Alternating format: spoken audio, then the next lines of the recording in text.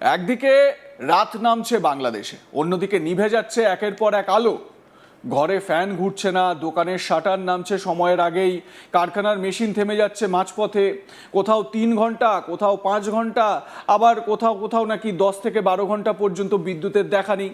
অন্ধকারে বসে ক্ষোভে ফুঁসছেন সাধারণ মানুষ। প্রশ্ন উঠছে, এ কোন বাংলাদেশ?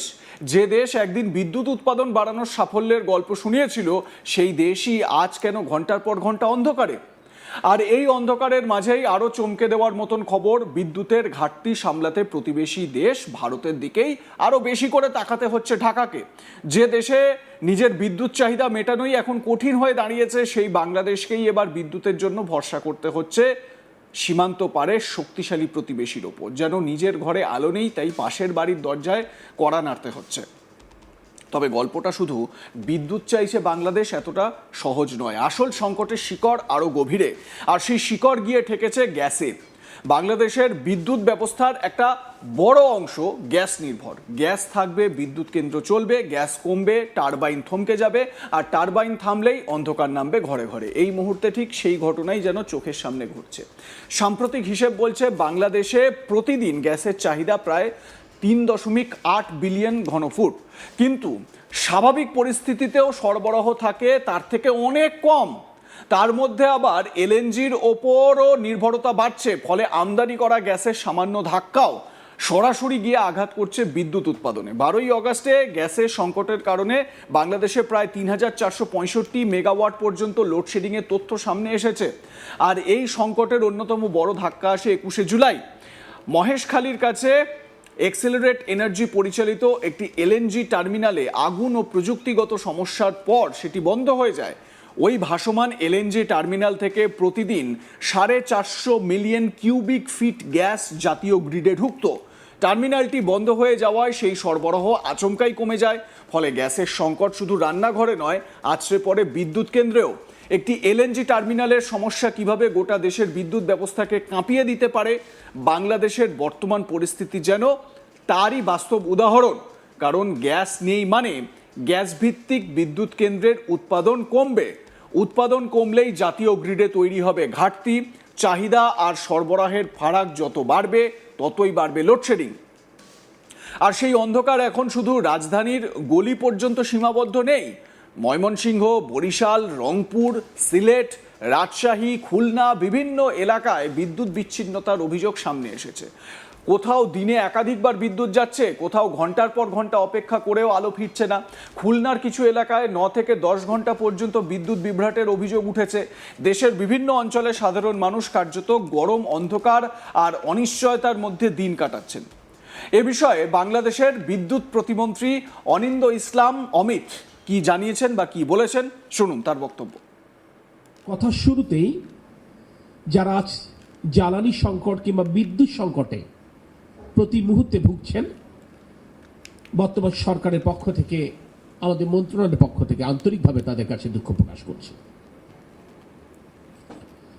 কিন্তু আজকে যারা বিশেষজ্ঞ, যারা রাজনীতিবিদ নন, রাজনৈতিক কর্মী নন, কিংবা ধানের শীষ প্রতীকে জয়লাভ করে সরকারে বসেননি, সেই মানুষগুলো একটি জিনিস স্পষ্ট করেছেন, এই সমস্যার আসলে তাৎক্ষণিক কোনো সমাধান নেই। রিনিউয়েবল নিয়ে অনেক কথা হচ্ছে। আমি আপনাদেরকে এটুকু বলতে পারি, আপনারা আশাবাদী হবেন। আমাদের নির্বাচনী ম্যানিফেস্টোতে আমরা 20% আমাদের টোটাল বিদ্যুৎ উৎপাদন সক্ষমতা 20% রিনিউয়েবল থেকে আনতে চেয়েছি। আমাদের একটু আপনাদের কাছে মনে হতে পারে ওভার অ্যাম্বিশাস একটি টার্গেট। গণ অভ্যুত্থান পরবর্তী সরকারকে একটু তো ওভার অ্যাম্বিশাস হওয়াই লাগবে জনগণের আকাঙ্ক্ষা পূরণের জন্য। আমরা প্রত্যাশা করছি, আমরা উদ্যোগ গ্রহণ করেছি যাতে করে আগামী 4.5 বছরে আমরা রিনিউয়েবল থেকে প্রায় 10,000 মেগাওয়াট বিদ্যুৎ আমরা উৎপাদন করতে পারি। সে ব্যাপারে আমরা প্রস্তুতি গ্রহণ করছি। এটা হয়তো বা 40-60% রুপটপ থেকে হবে, 40-60% হয়তো বা ল্যান্ড বেসড ইস্যু থেকে হবে। আমরা যে নীতিমালা প্রণয়ন করেছি, মোটা দাগে সবাই এটাকে অ্যাপ্রিসিয়েট করেছেন। হয়তোবা এখানে আরো কিছু মাইক্রো লেভেলে কাজ করবার প্রয়োজন থাকবে। ভাবুন একবার, সকাল থেকে বিদ্যুৎ নেই, মোবাইলের চার্জ শেষের পথে, ঘরে ফ্যান বন্ধ, ফ্রিজ চলছে না, ছোট ব্যবসার মেশিন বন্ধ, কারখানায় উৎপাদন থমকে আছে, আর সন্ধ্যা নামার পরও আলো ফেরার কোনো নিশ্চয়তা নেই। এমন পরিস্থিতিতে মানুষের ক্ষোভ বাড়বে না তো কি হবে? বাংলাদেশ পল্লী বিদ্যুতায়ন বোর্ডও পরিস্থিতির গুরুত্ব বুঝে নিরাপত্তা নিয়ে উদ্বেগ প্রকাশ করেছে। দেশের ৮০টি পল্লী বিদ্যুৎ সমিতির নিরাপত্তা বাড়ানোর জন্য পুলিশ সদর দপ্তরের কাছে আবেদন করা হয়েছে বলে খবর। কারণ অতিরিক্ত লোডশেডিংকে কেন্দ্র করে কোথাও কোথাও সাবস্টেশনে হামলার অভিযোগও সামনে এসেছে। অর্থাৎ সংকট এখন শুধু বিদ্যুতের নয়, সংকট ধীরে ধীরে আইন শৃঙ্খলার আশঙ্কাতেও পৌঁছে যাচ্ছে। আর তাই সরকারও বিদ্যুৎ বাঁচাতে একের পর এক কড়া সিদ্ধান্ত নিচ্ছে। রাত ৮টার মধ্যে দোকান, বাজার, শপিং মল বন্ধ। সন্ধে ৭টার পর আলোকিত বিলবোর্ড বন্ধ, সাজসজ্জার আলো বন্ধ। উদ্দেশ্য একটাই, যতটা সম্ভব বিদ্যুতের চাহিদা কমানো। এ যেন উন্নয়নের আলো থেকে বিদ্যুৎ বাঁচানোর অন্ধকারে ফিরে যাওয়া। কিন্তু প্রশ্ন হলো, শুধু দোকান বন্ধ করে কি এই সংকট মিটবে? উত্তরটা সম্ভবত না, কারণ সমস্যাটা চাহিদার থেকেও বেশি সরবরাহের। মানে যে পরিমাণ চাহিদা রয়েছে তার থেকে কম সরবরাহ হচ্ছে। বিদ্যুৎ কেন্দ্র আছে, কিন্তু সব কেন্দ্র পূর্ণ ক্ষমতায় চালানো যাচ্ছে না। জ্বালানি আছে, কিন্তু প্রয়োজনের তুলনায় কম। এলএনজি আছে, কিন্তু আমদানি ও টার্মিনাল নির্ভরতা রয়েছে। আর এই পুরো ব্যবস্থার ওপর আন্তর্জাতিক বাজারের চাপ বাড়ছে। এর সঙ্গে যুক্ত হয়েছে সমুদ্রের প্রতিকূল আবহাওয়া। রিপোর্ট অনুযায়ী অন্তত একটি এলএনজি কার্গো প্রতিকূল আবহাওয়ার কারণে টার্মিনালে পণ্য খালাস করতে পারেনি। ফলে যে সামান্য সরবরাহ ফেরার কথা ছিল সেটিও ধাক্কা খেয়েছে। অর্থাৎ একদিকে টার্মিনালের সমস্যা, অন্যদিকে সমুদ্রের আবহাওয়া, তার সঙ্গে আন্তর্জাতিক জ্বালানি বাজারের অস্থিরতা, সব মিলিয়ে যেন একের পর এক দরজা বন্ধ হয়ে যাচ্ছে বাংলাদেশের সামনে। এবার আসা যাক ভারতের প্রসঙ্গে। বাংলাদেশ বহু বছর ধরেই ভারতের কাছ থেকে বিদ্যুৎ আমদানি করছে। ভারতের সরকারি তথ্য অনুযায়ী ২০২৪-২৫ অর্থবর্ষেই বাংলাদেশে ভারতীয় বিদ্যুৎ রপ্তানির পরিমাণ ছিল ৮,০৮৪ মিলিয়ন ইউনিটস। অর্থাৎ প্রতিবেশী দেশের বিদ্যুৎ ব্যবস্থার সঙ্গে বাংলাদেশের গ্রিডের সংযোগ এখন কোনো নতুন বিষয় নয়। তার ওপর রয়েছে আদানি পাওয়ারের গোড্ডা কেন্দ্র। ঝাড়খণ্ডের এই বিদ্যুৎ কেন্দ্র থেকে বাংলাদেশে প্রায় ১,৬০০ মেগাওয়াট পর্যন্ত বিদ্যুৎ সরবরাহের ব্যবস্থা রয়েছে। ফলে বাংলাদেশের বিদ্যুৎ ব্যবস্থায় ভারতের উপস্থিতি যথেষ্ট গুরুত্বপূর্ণ।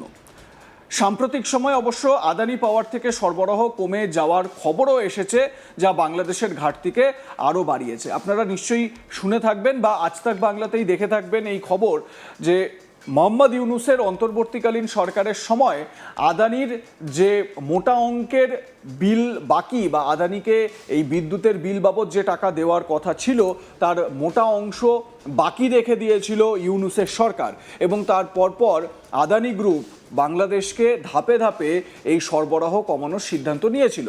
তো যাই হোক, সেই নিয়ে একটা সমস্যা কিন্তু তৈরি হয়েছিল, এখনও সেই সমস্যা রয়েছে।